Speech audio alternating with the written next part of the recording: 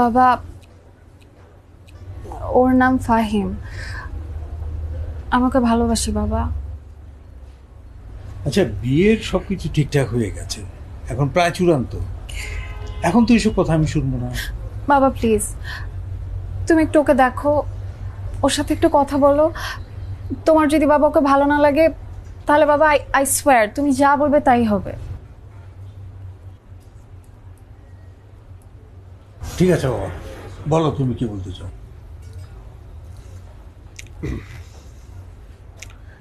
দেখুন, এটা সত্য যে আমি ওকে ভালোবাসি, ও আমাকে ভালোবাসেন। আপনি আমাদের দুজনের বিয়ে দিয়ে দেন।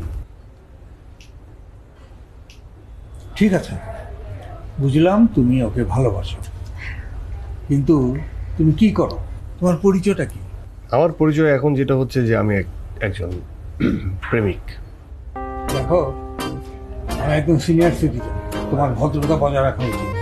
তুমি ভদ্রভাবে কথা বলো, কি বলতে চাও? আমি একজন কবি। কবি? কবিতা লিখো? ঠিক আছে, বুঝলাম, কিন্তু তুমি আসলে করোটা কি? ওই অর্থে বেকার। তাহলে তুমি বেকার হয়ে আমার মেয়েকে বিয়ে করতে চাচ্ছ কেন? ওকে খাওয়াবে কি তুমি? বাবা, তুমি এরকম হেয়ালি করছো কেন আমি বুঝলাম না। তুমি ঠিক মতো কথা বলো। সিরিয়াস। থামো থামো, এটা একটা সিরিয়াস বিষয়, এখানে সত্য বলতে হবে। শুনুন বাবা, আপনার মেয়ের সাথে আমার সম্পর্ক, আপনার মেয়ে আমাকে বলেছে আমি যদি তাকে গাছের তলে রাখি তার কোনো আপত্তি নেই, আর খাওয়া দাওয়া ওটা আমরা ম্যানেজ করে নিব। ফাজিল ছেলের সঙ্গে তুই আমাকে পরিচয় করে দিতে এনেছিস? আমি যে এখানে বিয়ে ঠিক করেছি সেইখানে তোর বিয়ে হবে। আমি চললাম। বাবা, অসুবিধা নেই। আমি বুঝলাম না কি কি করলা তুমি এটা? আমি কি করছি?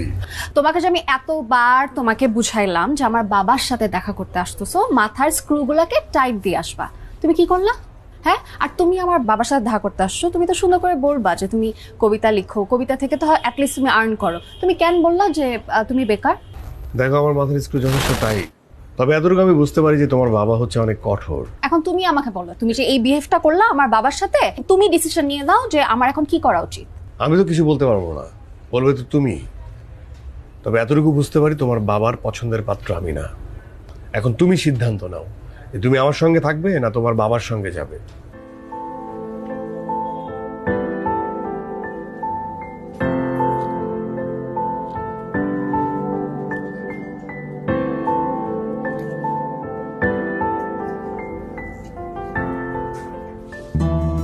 আমি একজন কবি।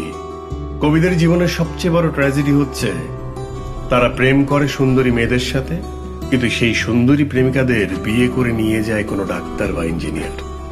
আমার জীবনে এমন ট্র্যাজেডি অনেকবার ঘটেছে।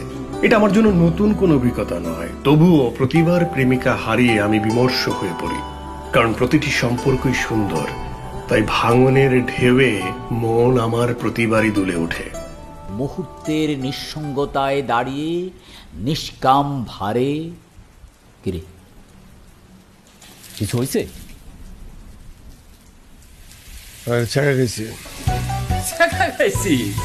এটা তো চমৎকার। শোন, আমাদের মতো কবিদের জন্য ছেঁকা তো একটা আশীর্বাদ। এই ছেঁকার তীব্রতাকে পুঁজি করে তুই এখন নতুন নতুন কবিতা সৃষ্টি করবি। সবই ঠিক আছে, কিন্তু ছ্যাঁকাটা যে খাইলাম সেই ছ্যাঁকা থেকে যে দুঃখটা অতটা বেশি না, কেমন জানি মানে তীব্রতাটা কম কম। ওকে, একটা টেনশন। আরে বৃষ্টিতে ভিজতে কেমন? মানে তুই যদি বৃষ্টিতে ভিজিস, বৃষ্টিতে ভিজার পরে তোর জ্বর আসলো, সেই জ্বর থেকে নতুন নতুন কবিতা সৃষ্টি করবি। যাক, মরণের টানেল থেকে ইচ্ছায় কি অনিচ্ছায় দেখি স্নানরত একটি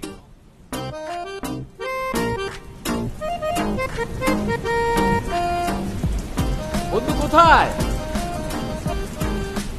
ধর, নিজ হাতে বানাইছি, দেখো চিনি ঠিক আছে কিনা। দুধ দেই নেই, র।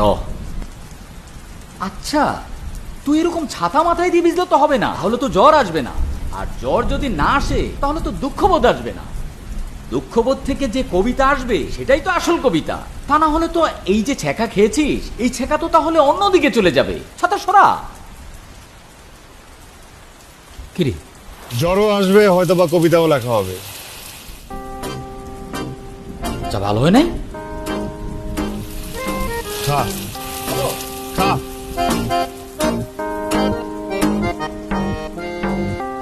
বৃষ্টি রে, বৃষ্টি।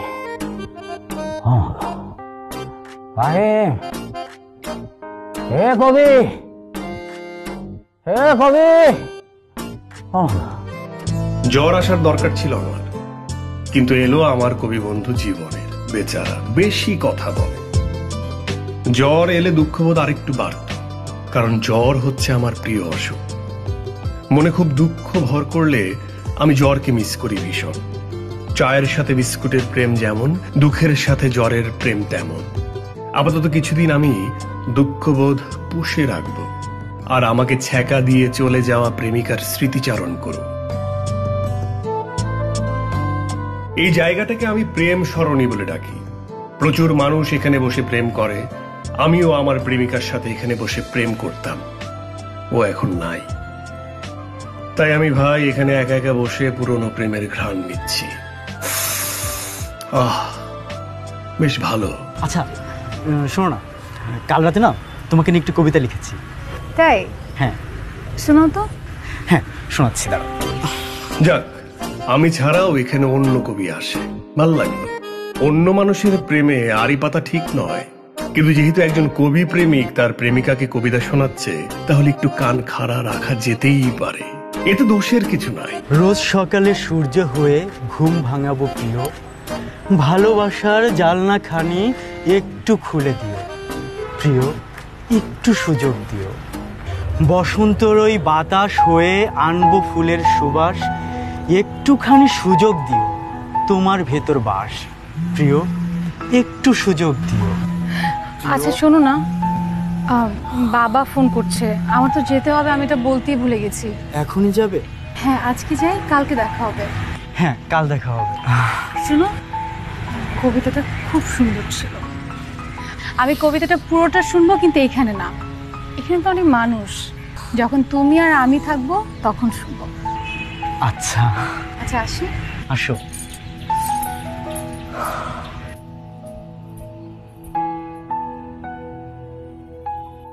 ভাই, আপনি কিন্তু অসাধারণ কবিতা লেখেন।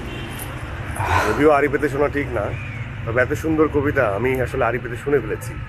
আপনার কবিতা খুব খুব অসাধারণ। Thank you, thank you. ভাই আপনি কোথায় লেখেন? এই তো বইটই বের হয়, আর রেগুলার তো ফেসবুকে লেখাই হয়।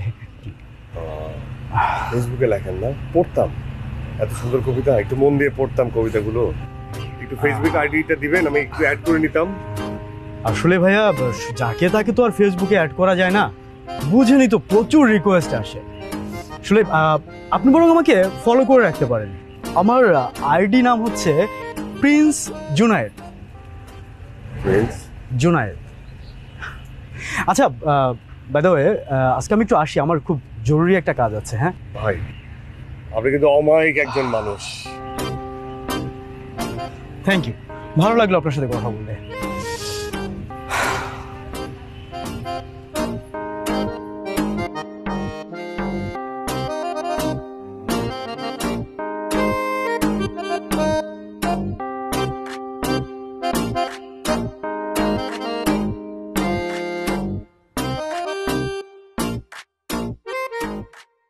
দোস্ত, হ্যাঁ খুবই প্রতিভাবান চোরের সন্ধান পাইছি।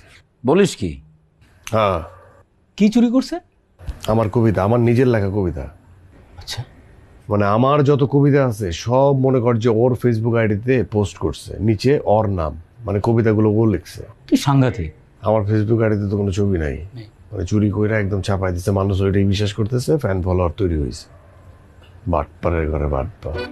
কিন্তু কিভাবে সন্ধান পাইলি তুই?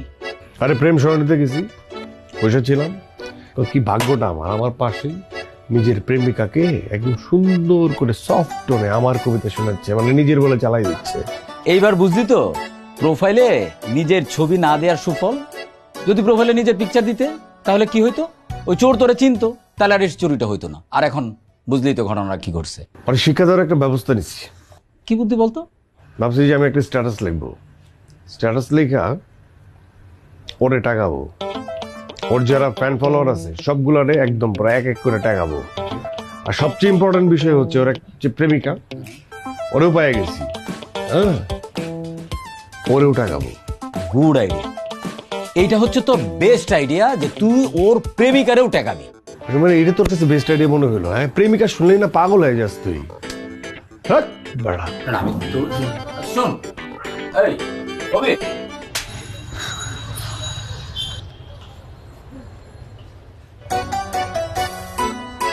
অন্যের কবিতা দিয়ে আমাকে মুগ্ধ করেছো।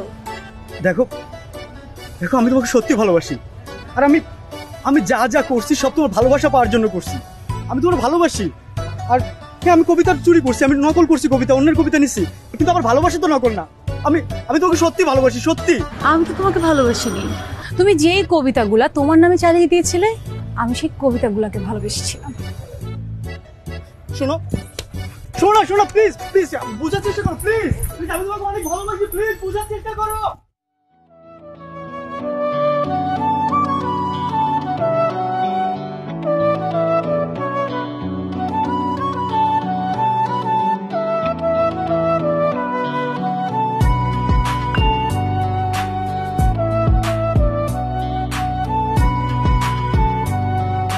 সুন্দরী মেয়েরা আমাকে কখনো নক করলে আমি অ্যালার্ট হয়ে যাই, কারণ সুন্দরী মেয়েরা সবসময় বেশি অনধিকার চর্চা করে।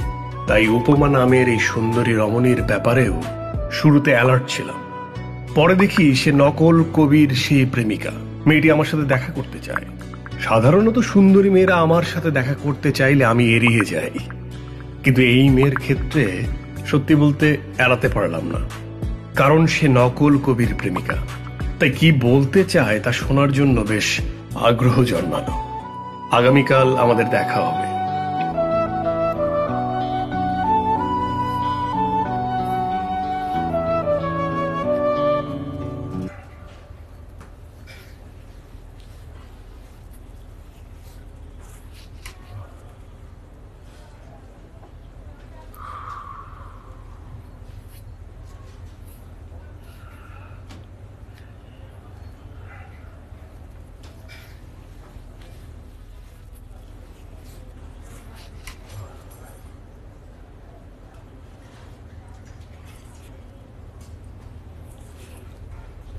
দেখুন, একটা বিষয় একদম ক্লিয়ার করে নেই। আপনি যেহেতু আমাকে ডেকেছেন, এখানকার খাবার দাবার যে বিল হবে সেটা আপনার দিতে হবে। আমার পকেটে কোনো টাকা নেই।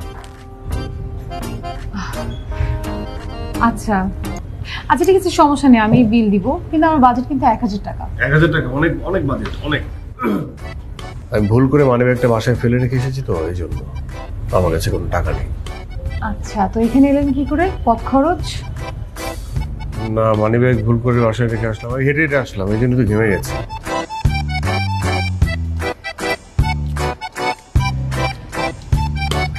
ধন্যবাদ আপনাকে। কেন? আপনার জন্য একজন প্রতারক কবিকে ধরতে পেরেছি। এভাবে বলছেন? সে তো আপনার প্রেমিক। কষ্ট হচ্ছে না? না, কষ্ট হচ্ছে না। সেদিন সামনাসামনি ডেকে এনে ইচ্ছে মতো থাপিয়েছি। বলেন কি? সাংঘাতিক মেয়ে।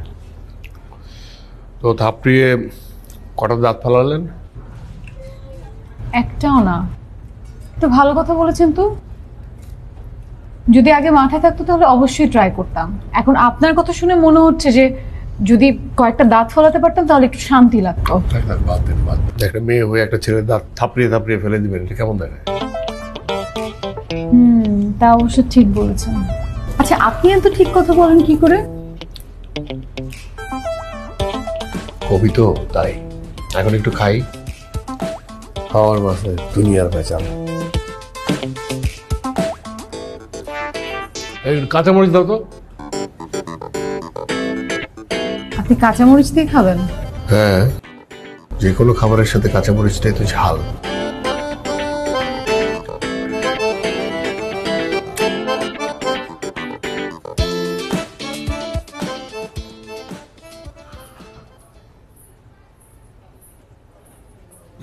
তাহলে আমি আসি।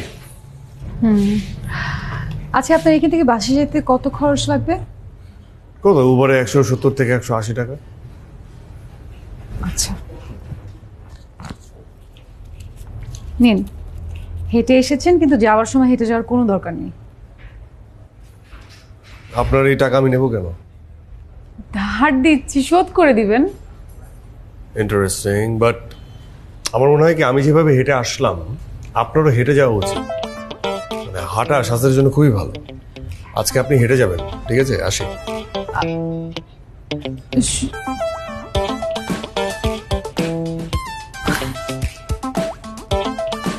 ইন্টারেস্টিং। কি কবি, কি লিখতেছিস? আচ্ছা, তোর ওই নকল কবির আসল প্রেমিকার কি অবস্থা রে? খুব সুন্দরী। বলিস কি? খুব সুন্দরী? তাহলে তো তুই প্রেমে হাবুডুবু খাচ্ছিস। এখন নতুন নতুন কবিতা প্রসব হবে। বল না, কেমন? তুই যা। যাবো মানে? বলবি না আমাকে? তুই যা, এখন কবিতা লিখছি, যা। আরে বল না, আমি তো খুব এক্সাইটেড। যা না। আরে সব। আচ্ছা ঠিক আছে, আসার পরে বলিস কিন্তু, ঠিক আছে?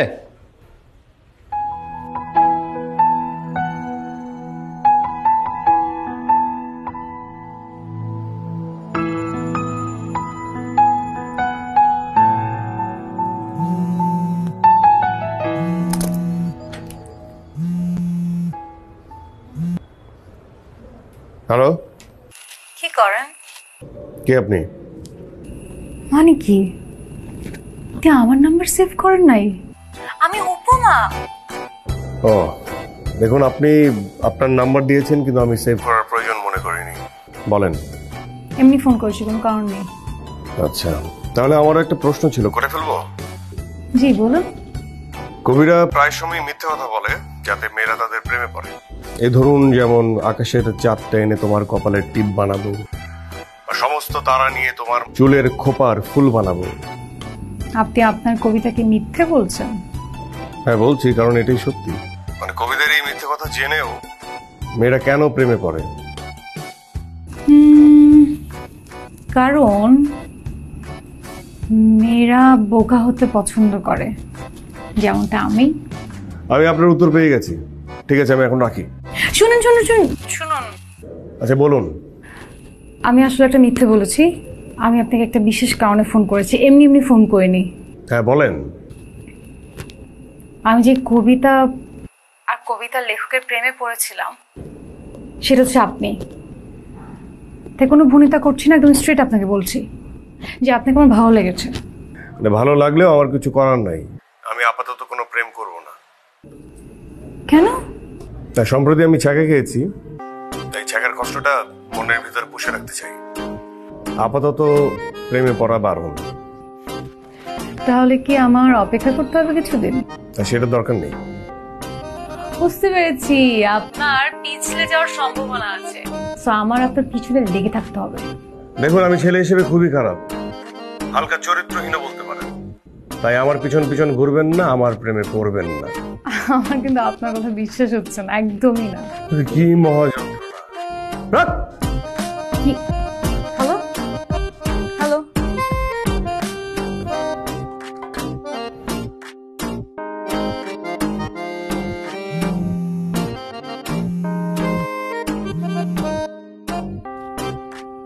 আমি ফোন দিয়েই যাব। আমি লাইন কেন কেটে দিচ্ছি?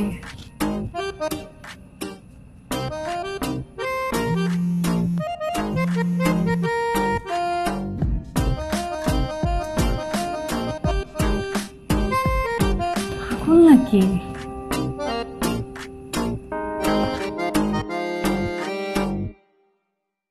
হাজারো রমণীর প্রিয় কবি ফাহিম হাসান। তা কি মনে করে আমার অফিসে বলো তো? আমি আসলে বিদ্রোহ ঘোষণা করার জন্য আসছি। বিদ্রোহ? আপনি আমাকে দিয়ে আপনার বন্ধুর পত্রিকাতে 2টা কবিতা লেখিয়েছিলেন, এখন আপনার বন্ধু টাকা দিচ্ছে না। ও আচ্ছা, ঠিক আছে, আমি বলে দেবো। আপনি তো প্রতিবারই বলেন, ঠিক আছে আমি ওকে বলে দেবনি। আচ্ছা বাবা, আজকেই আমি বলে দিব, ঠিক আছে? না না না, আপনি টাকাটা দিবেন। 2টা কবিতা 25-50 সেটা আপনি দিবেন। কি বলতেছো তুমি? যদি না দেন তাহলে আমি ফেসবুকে এখন স্ট্যাটাস দিয়ে আপনারা বেজ্জতি করব। ফাহিম, তুমি কিন্তু পাগলামি করছো। না, পাগলামি করতেছি না, আমি তো বললাম আপনি যদি এখন না দেন তাহলে আপনাকে বেজ্জতি করবো। এটা কি? এটা কি বুঝো না? তাহলে লিখে দিই। আচ্ছা ঠিক আছে, ঠিক আছে, বুঝতে পারছি। কত? 50,000 না?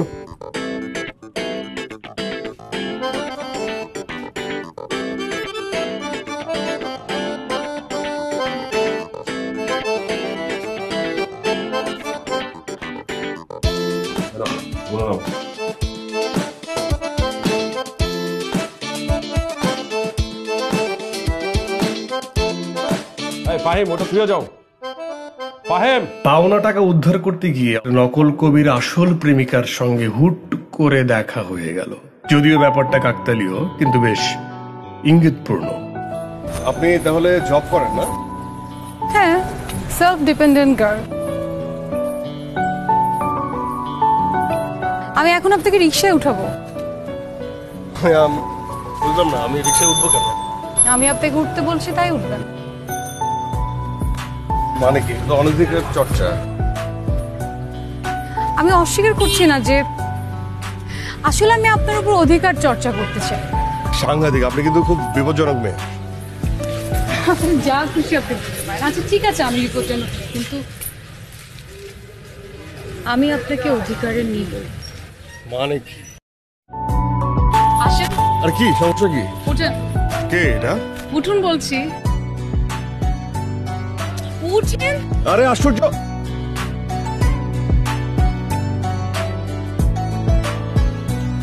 আচ্ছা, একটা প্রশ্ন করতে পারি? বলুন। আমরা কোথায় যাচ্ছি? আপাতত কোথাও না, আমরা কিছুক্ষণ রিক্সা ঘোরাঘুরি করবো, কারণ রিক্সা হচ্ছে পৃথিবীর সবচাইতে রোমান্টিক বাহন। ঘোরাঘুরি করে তারপর আপনাকে বাসায় নামিয়ে দিব।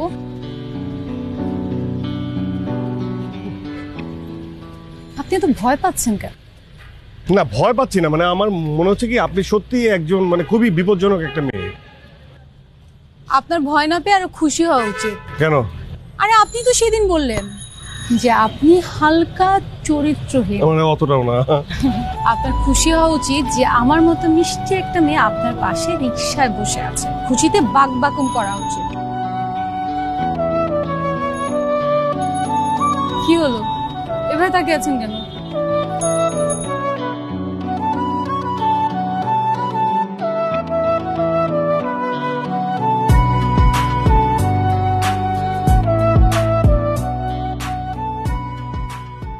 দেখ, আমি একটা ভাবনার মধ্যে আছি, একটা প্রেমময়ীর খপ্পরে পড়ছি। সেটা কিভাবে ছুটবো বুঝতে পারতেছি না। দেখ, এখন তোর না ফাইজলামি কথাবার্তা শুনতে ভালো লাগতে না। যা, তোর এই প্রেমময়ী আর ছলনাময়ী এগুলো তোর জীবনে আসবে আর যাবে, ওটা না ভাবনার কিছু নেই। কিন্তু মামা, এটা সিরিয়াস, তুই দেখ, দেখলেই বুঝবি। এই যে দেখ, তুই পুরাই হিট। আমি তো এটাই বুঝতেছি না, আমি কিভাবে। আর এটা দেখলেই বুঝবি। দেখ কি এটা? এই যে দেখ, কি হয়েছে? এই যে দেখ, চশমাটা পরে নে। তোরা চশমা যারা দেখোস না। This is Tanzim Hassanani, aka Viral Chandu.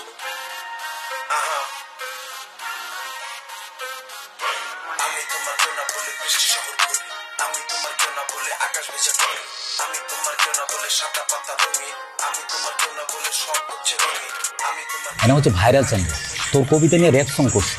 চেহারা দেখে মনে হচ্ছে কিন্তু আফ্রিকা থেকে আসছে, কিন্তু খুব পপুলার, মেয়েরা বেশি পছন্দ করে। গান তো পুরাই হিট, সারা বাংলাদেশ কি সারা দুনিয়ার মানুষ শুনে দেখতেছে। গান হিট, তোর কবিতা হিট, তুই হিট, তুই তো সুপার হিট মামা। বলে তোমায় ভালোবাসি, আরে তোমায় ভালোবাসি, মেয়ে তোমায় ভালোবাসি, ভাইবো না তো খারাপ রাশি। বাংলাদেশে কোনো কবির কবিতা নিয়ে প্রথম কোনো র্যাপ সং হয়েছে বেটা, তোর তো বেটা পার্টি দেওয়া হচ্ছে। ও তো আমার কবিতা নিয়ে র্যাপ বানায় পুরো রেপ করে দিছে। কি বলিস এটা?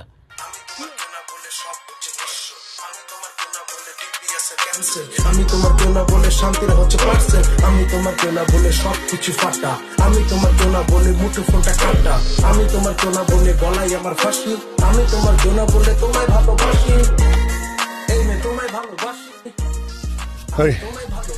গেট আটকে দিছিস না? আপনি আমাকে ধরতে পারবেন না, পারবেন না। আপনার কবিতা র্যাপের জন্য একদম পারফেক্ট। আরো কিছু কবিতা সিলেক্ট করে রেখেছি, খুব শীঘ্রই দেখতে পারবেন। Bye bye.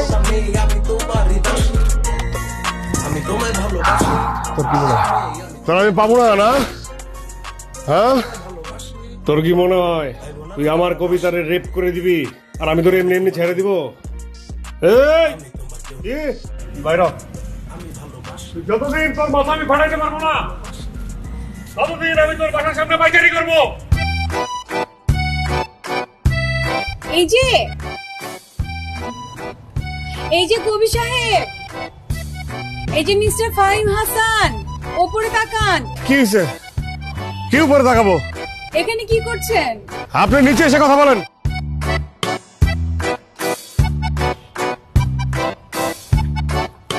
কি হয়েছে বলেন তো? ভাইরাল চান্দু কই? ভাইরাল চান্দু?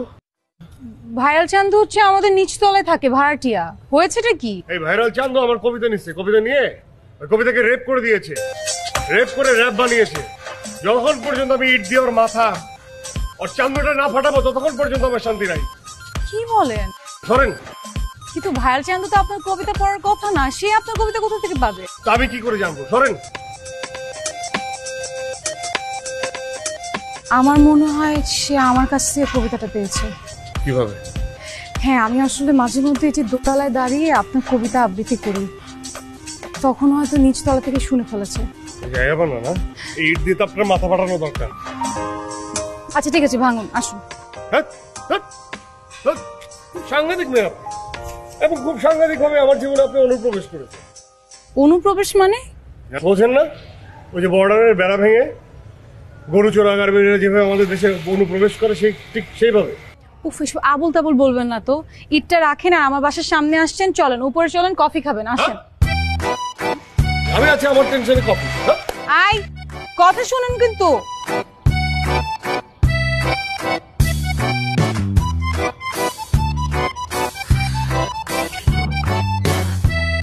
আমি মুরগির মাংস খাবো। ছেলেটার এই মুরগির আবদার নতুন কিছু না, তাই বাসায় রাখি রাঁধুনি রেডিমিক্স মুরগির মাংসের মশলা। ব্যাস হয়ে যাবে ঝটপট দারুণ রান্না। ফাটাফাটি সেরা উপাদানের পারফেক্ট ব্লেন্ডে রাঁধুনি চটপটি মশলা দেয় এমনই স্বাদ। চটপটি ছাড়া কিছুই রাঁধুনি রেডিমিক্স চটপটি মশলা। ফাহিম, আপনি অনেক দিন ধরে কবিতা লিখছেন এবং খুবই জনপ্রিয়, কিন্তু আপনার জনপ্রিয়তাটা ভাই একেবারে সস্তা জনপ্রিয়তা। আপনার কবিতায় আমি কোনো চিত্রকল্প খুঁজে পাই না। চিত্রকল্প ছাড়া কবিতা হচ্ছে অহেতুক, অনর্থক এবং বাতিল।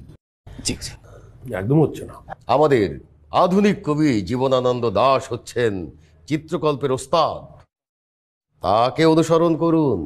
দেখেন কজি ভাই, আপনাদের মতো অনর্থক, অথর্ব, মূর্খ সমালোচকদের জন্য যুগে যুগে কবি সাহিত্যিকরা অনুৎসাহিত হয়ে যায়, তাদের কিছুই হয় না। মানে জীবনানন্দ দাশ যখন বেঁচে ছিলেন তখন তার কোনো কেউ আর কি 2 পয়সার মূল্যায়ন করে নাই। যখন মরে গেছে সবাই তার নাচানাচি। আপনার মতো সমালোচকরা হচ্ছে এই যুগের বিস্ফোরা। বুঝতে পারছেন? এই কথা বল, ভালো লাগে না আমার এইসব কথা শুনতে আর বুঝতে চাই না।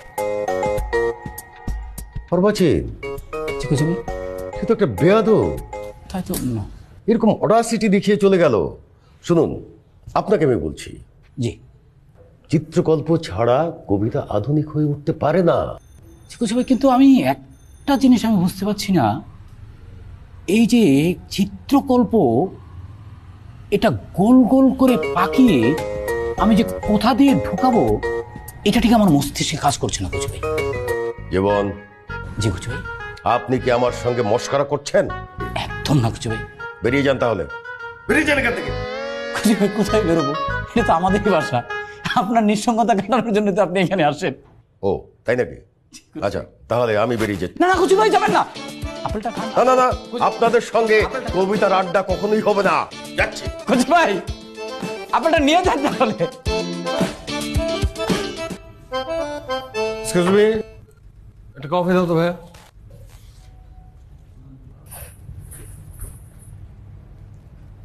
আরে আপনি এখানে কেমন আছেন? আপনি? আপনার মুখটা আমার শুকনো লাগছে কেন? দুপুরে কিছু খাননি? আমি না খেলে আপনার কি? ও মা, আমি জিজ্ঞেস করতে পারি না? না পারেন না আপনি জিজ্ঞেস করতে, হয়তো আমার সঙ্গে পরিচিত হবার ভান করবেন। আচ্ছা, একটা অটোগ্রাফ দেবেন আমাকে? আপনি আমাকে এত জ্বালাচ্ছেন কেন? কেন কি অটোগ্রাফ কেন দিব? কারণ আজকে আমি আপনার একটা বই কিনেছি, আর একটা লেখক হিসেবে আপনি আমাকে একটা অটোগ্রাফ তো দিতে পারেন।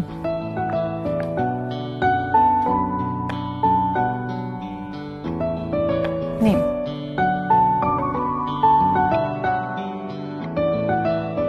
অটোগ্রাফটা বইয়ে না দিয়ে কি হাতে দেওয়া যায় কবি সাহেব? আপনার সমস্যাটা কি? আপনি এত চেষ্টা কেন?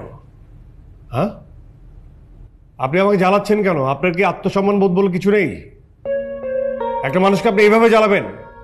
আপনি কি দেখতে পাচ্ছেন না যে আমি আপনার সঙ্গে তীব্র খারাপ ব্যবহার করছি? আমার ভালো লাগছে না? হ্যাঁ, আপনি কি বুঝতে পারেন এটা? এগুলো কি আপনার ইমোশন? ইমোশন আমার কাছে কোনো মূল্য নেই, একদম নেই। এগুলো হচ্ছে মোহ, মোহ, বুঝেন? মোহ, এসব মোহর আমার দরকার নেই। আপনি কি বুঝতে পারেন না? আমার মতো লাইফলেস হালকা চরিত্রহীন মানুষের কাছ থেকে বিব্রত হতে আপনার কি খুব মজা লাগে? আপনার কি খুব সুখ লাগে?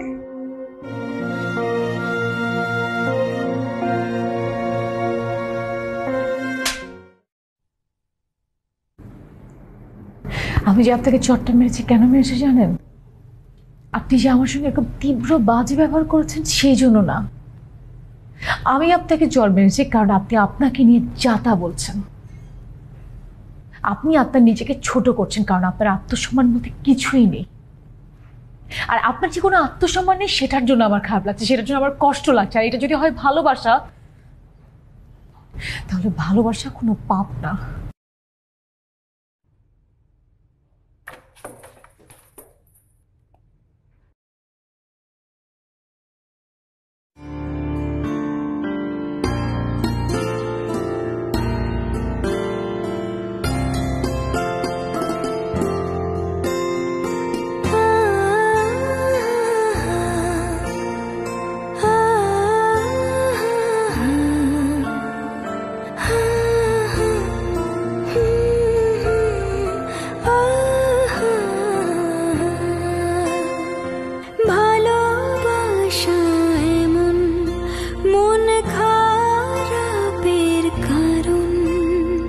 চোখের কোণে অশ্রু নামে অযথা কারণ ভালোবাসা এমন মন খারাপের কারণ।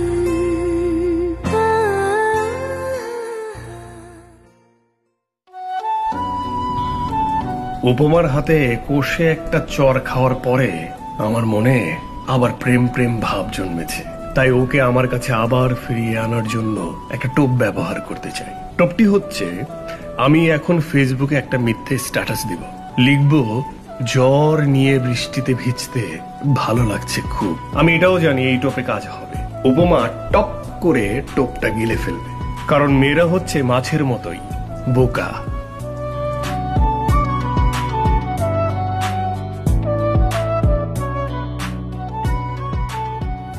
আবার জ্বর এসেছে। জ্বর আমার প্রিয় অসুখ। জ্বর নিয়ে বৃষ্টিতে ভিজতে ভালো লাগছে খুব। কি একটা অবস্থা! জ্বর নিয়ে উনি বৃষ্টিতে ভিজবে? দাঁড়াও, তোমার শখ, তোমার কবিগিরি আমি ছুটাচ্ছি। আমার বর্ষিতে উপমা নামের মৎস্যটি ধরা পড়েছে, সে ছুটে এসেছে। তোমাকে ছেড়ে গিয়েও ছেড়ে যেতে পারিনি। কি? না, আজকে আমার জন্মদিন, তাই ভাবলাম তোমার সঙ্গে নতুন করে পরিচয় হই। ও, আজ আপনার জন্মদিন? শুভ জন্মদিন। তাই আপনি শাড়ি পরে এসেছেন?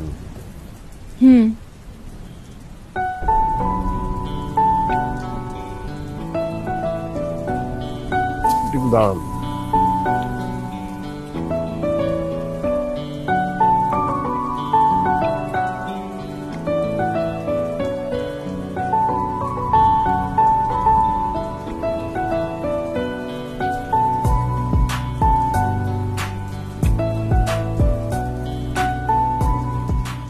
এটা কি?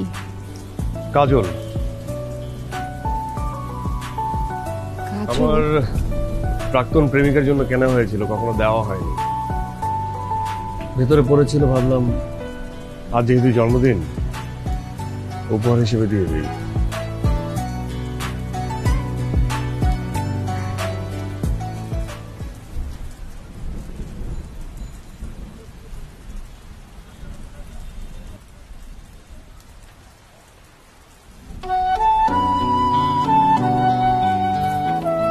আমাকে সুন্দর লাগছে না?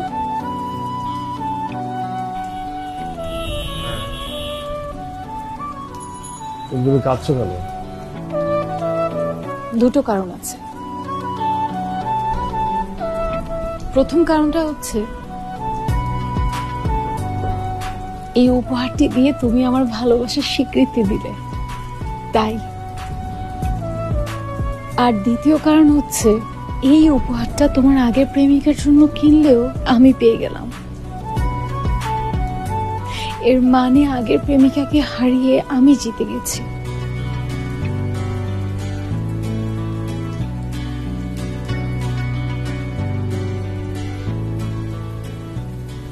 তুমি আর কাঁদবে না, কারণ আমি তোমাকে ভালোবাসতে শুরু করেছি। প্রাকৃতিক নিয়মে আমি আবার প্রেমে জড়িয়ে গেলাম। মেয়েরা বোকা বলেই কবিদের ভালোবাসে। উপমা মেয়েটা একটু বেশিই বোকা, তাই আমাদের উথাল পাথাল প্রেম চলল কিছুদিন। চলুক, মন্দ কি?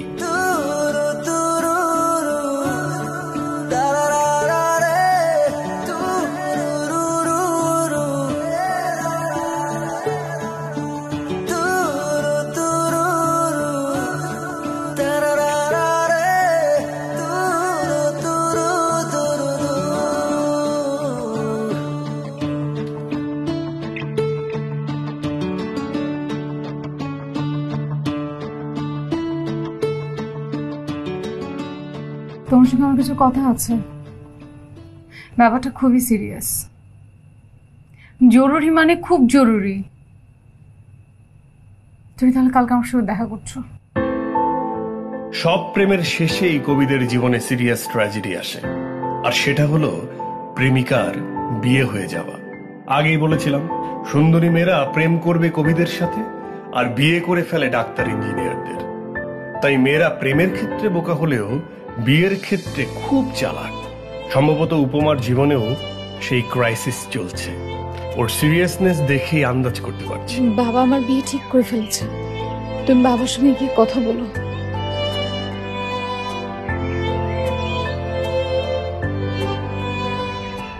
এতে কোনো লাভ হবে না। কেন? পাত্র হিসেবে তোমার বাবা আমাকে মেনে নেবে না। দেখো, আমি একজন কবি, আমার জায়গাটা অনেক সম্মানের। মানুষ আমাকে ভালোবাসে। আমি তোমাকে নিয়ে পারি যে সবার চোখে অসম্মানের পাত্র হতে পারবো না। আমাদের জীবনে এমন ঘটনা ঘটে। তাহলে কি আমি বিয়ে করে ফেলবো? হ্যাঁ।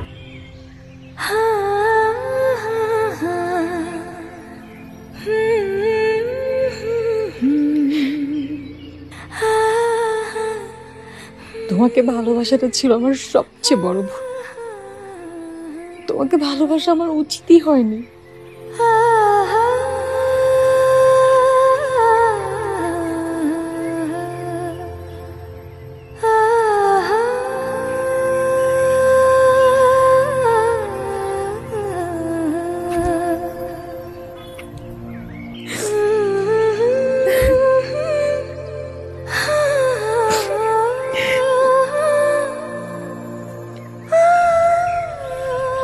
তোমার কষ্টটা আমি পুষে রাখবো। যতদিন তুমি এটা পুষে রাখবে ততদিন আমি তোমার, তারপর হয়তো বা অন্য কারো।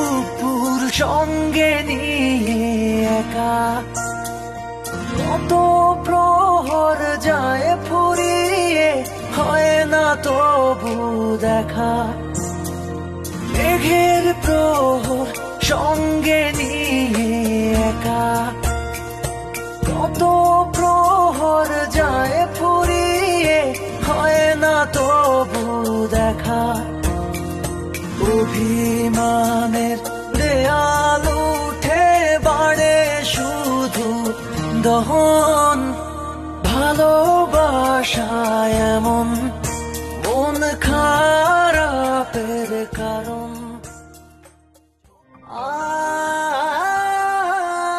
জীবনে প্রথম কোনো ছ্যাঁকা খেয়ে আমি খুব ভেঙে পড়েছি। বিশ্বাস করুন, এতটা কষ্ট আগে কোনো ছ্যাঁকা থেকে আমি পাইনি।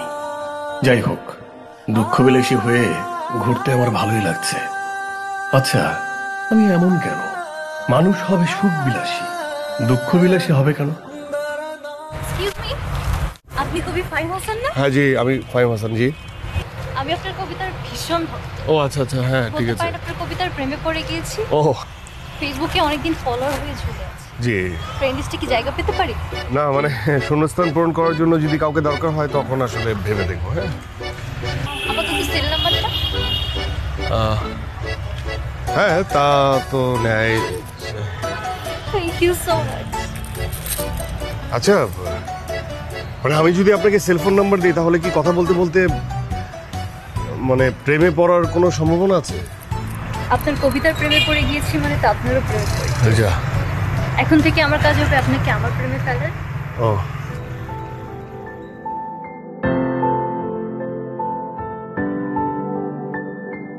সেরা উপাদানের পারফেক্ট ব্লেন্ডে রাঁধুনির বিরিয়ানি, কাচ্চি ও হায়দ্রাবাদি মশলায় যেটাই রাঁধেন তার এমনই স্বাদ যে বিরিয়ানি ছাড়ার কিছু মাথায় থাকবে না। রাঁধুনি রেডিমিক্স বিরিয়ানি মশলা। ফ্রেন্ডরা খের বলে কয়ে আসে। ভাগ্যিস ফ্রিজে মাংস ছিল, আর ছিল রাঁধুনি রেডিমিক্স মাংসের মশলা। ব্যাস, হয়ে যাবে ঝটপট দারুণ রান্না। এখন আমি উপমার কাছে ছুটে যাওয়ার জন্য দৌড়াচ্ছি, হাঁপাচ্ছি, কিন্তু দৌড়াচ্ছি। কারণ হঠাৎ মনে হলো একটার পর একটা প্রেমিকা আমার জীবনে আসবে আর আমি ছ্যাঁকা খাবো, এটা তো হতে পারে না। তাই উপমার কাছে ফিরে যাওয়াই উত্তম। যদি ওর বিয়ে না হয়ে থাকে তবে আমি ওকেই জয় করব, কথা দিচ্ছি জয় করবই। আর দুঃখ বিলাস করব না, উপমাকে নিয়ে সুখ বিলাস করব। সুখ, এটা খুব প্রয়োজন। তবে দেখি কি আছে কপালে। কবি কপাল তো।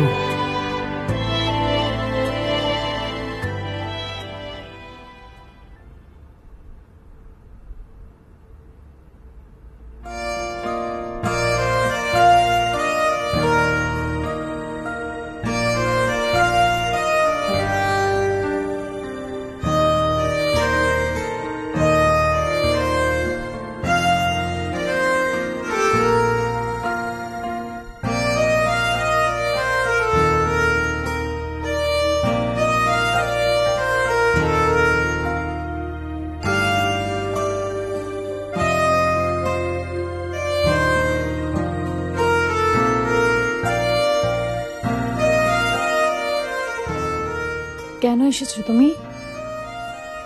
আমি তো তোমার কাছে আসছিলাম, কিন্তু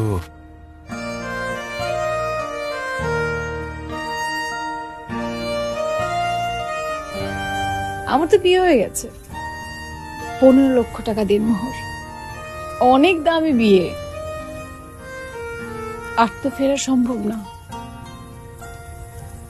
আমার হাজবেন্ডের সঙ্গে পরিচিত হবে। দাঁড়াও, এই যে ডাক্তার সাহেব, একটু এদিকে আসবেন।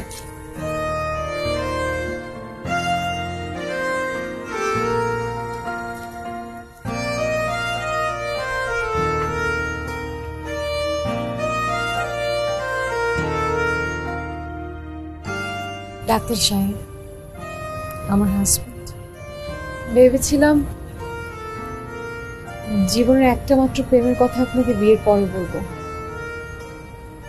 কিন্তু এখন ভাবছি যে সংসার শুরু করার আগে আপনাকে বলা উচিত। উনি কবি ফাহিম হাসান, আমার জীবনের একটা মাত্র প্রেম। আমি তাকে ভালোবাসি।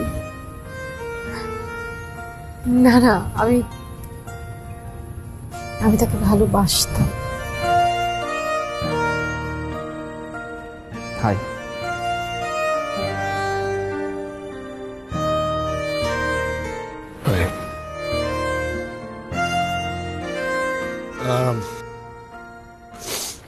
দেখুন, আপনার কাছে আমার একটা রিকোয়েস্ট থাকবে। বিয়ে তো হয়ে গেছে, বিয়ের পর আপনার বউকে আপনি প্রচন্ড ভালোবাসবেন, যাতে ও আমাকে ভুলে আপনাকে পছন্দ করা শুরু করে। আপনার কবিতা আমার রেগুলার পড়া হয়। তাই নাকি? আপনি অনেক ভালো লিখেন। জি, ধন্যবাদ। শুধু ভালো লিখি, আর কিছু না।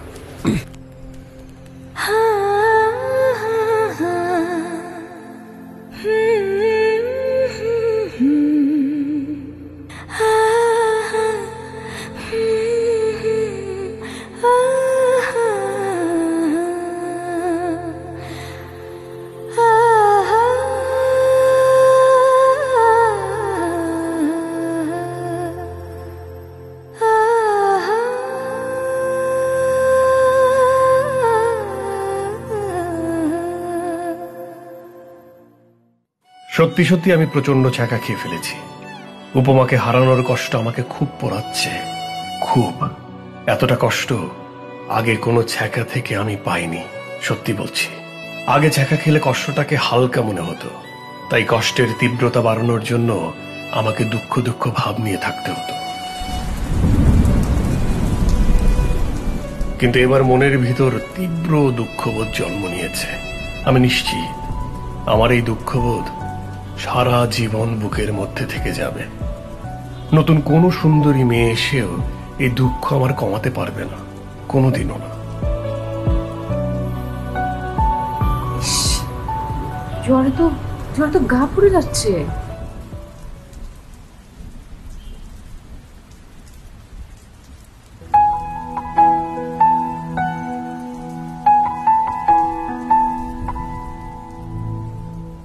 তুমি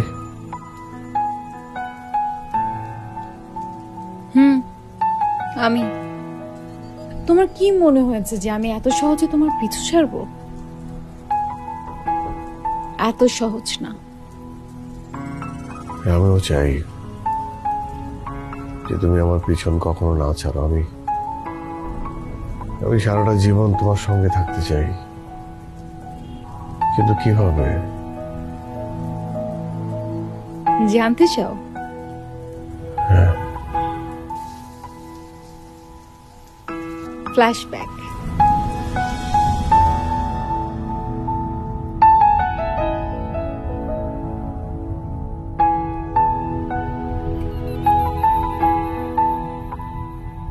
ড্রাইভার সাহেব, গাড়ি রাখেন।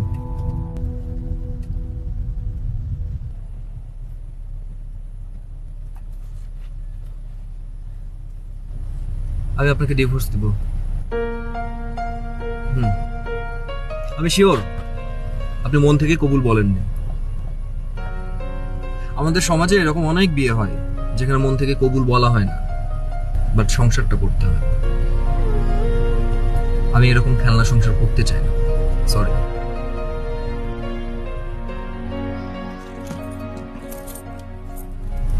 আমি সত্যি বুঝতে পারছি না যে আপনি কি বলছেন। আপনার বোঝার কথাও না।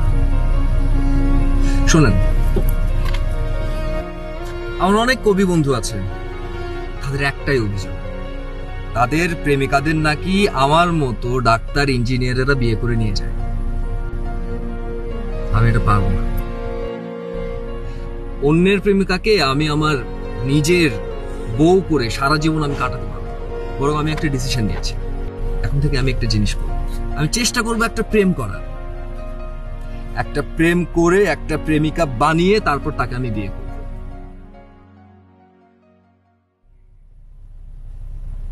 আপনি চাইলে আপনার কবি প্রেমিকের কাছে ফিরে যেতে পারেন। I have no regrets.